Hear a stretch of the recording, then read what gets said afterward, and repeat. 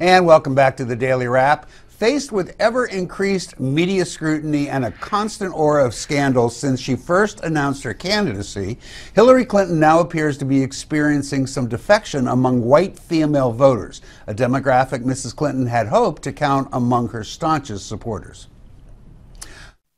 Wall Street Journal poll finds that Mrs. Clinton's favorability ratings with white female voters has dropped 10 points since June, down from 44% to 34%, while her unfavorability rating has increased 10 points, up from 43% to 53%. A close look at the crosstabs behind the poll reveals that Secretary Clinton is losing support among all categories of white female voters, including those with a college degree. According to that poll, 43% of white women with a college degree or more advanced degree think favorably of Mrs. Clinton, down from the 51% in June, while only 47% of college-educated white females think unfavorably from the Democratic frontrunner. Now, this is up 38% since June. Now, you will recall that President Obama was unable to carry the white female demographic in 2012, losing this voting bloc to his opponent, Governor Mitt Romney. So the question is, can the candidate attempting to become the first female president of the United States accomplish her goal without the supporters of white female voters, Heather Hansen? Well, she's got similar bad numbers with independents, with African Americans, with the young, and so she is really having a problem across the board. I think that specifically when it comes to white women, she has a major problem because she is counting on carrying them. It's similar to as President Obama was counting on carrying the African American vote, and if she doesn't have them, she doesn't have a shot. Naomi, you know, it's really interesting. If you really took a good hard look at this poll, I spent a lot of the day with it, you really come out with one message. And that is, Americans don't like any of these candidates. Even Donald Trump, who is obviously doing way better than anybody had imagined, if you still look at his unfavorables, and you still look at the number of people who say they wouldn't vote for him, yes, it's definitely better than when he started. But there isn't a candidate out there that people are getting excited about. Aren't we destined now to see an election where it's, you know, hold your nose and vote for the least disturbing choice? I think it's bad enough that people don't want to vote in general. So this is going to be a really interesting election. I'm curious to see what the turnout's going to be in these primary states. I think, you know, when you look at Hillary's numbers, you do have to look at Iowa, and you do have to look at New Hampshire and see how she's doing. I mean, the white woman vote is always important.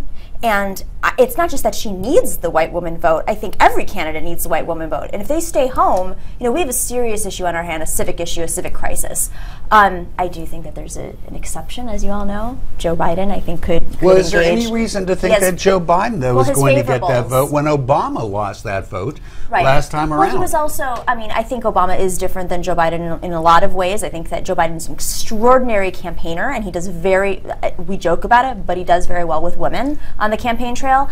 His numbers, not even running, he's beating everybody else in the race right now, and Joe, that you can't ignore that. You're a girl, so let me ask you this question. That's a compliment. That's a compliment. I get in touch with my feminine side does not make me a girl. I have a baby on the way. I'm a baby maker, That's right, man. you are, man. All right, let me ask you this. Are we being unfair to Hillary Clinton when we expect her, because she's a woman, to do better with this voting bloc because they're females than we saw President Obama could do? No, only because they were higher at one point. Yes, they were. So it's not like this is the starting point. Everything is going in the wrong direction for her. And we brought up Joe Biden before. His favorabilities right now are around 57%, unfavorable 33%. It's the exact opposite. But haven't you of noticed Mrs. that everybody has great favorabilities before they decide they're going to run? That's true. Yeah, but he's run before. He's been on campaign trails. I don't think he'll hurt himself as much as Mrs. Clinton has. Yeah, but look at how popular campaign. Hillary was when she got out of politics. Right. Now, I'm not saying being vice president is out of politics, but it's about as close as you can be also, while being in politics. I've heard the argument that he is the most effective vice president that has ever held the office. Well, I even made that argument. But he's so closely tied to Obama's economic package. Correct. And I don't know that that is what Americans want. But whoever he runs against, think about this. If he's on stage debating, whoever it is, Joe Biden is an extraordinary debater. Yes, he is. And I mean, we thought that he was going to be able to debate Paul, what's his name? Paul Ryan. I already forgot his name. Economic master, and he slaughtered him. Yeah, he did. He killed him. He is you are right. In But a debate, the question you're raising, which I find fascinating, is we talked about last week whether or not if Obama did run for a third term, would he win? Right. And there's a lot of people who think he would. Now, I know there's certainly some people who think that he wouldn't, but now does that benefit Joe Biden, or is Obama's popularity with these people tied to Obama and not his policies? I think it's something different. I think what Joe Biden brings to the table is his experience, his ability to reach across the aisle. His foreign policy experience is huge with the Middle East. Wrong. No? Really? No. Those things are all true.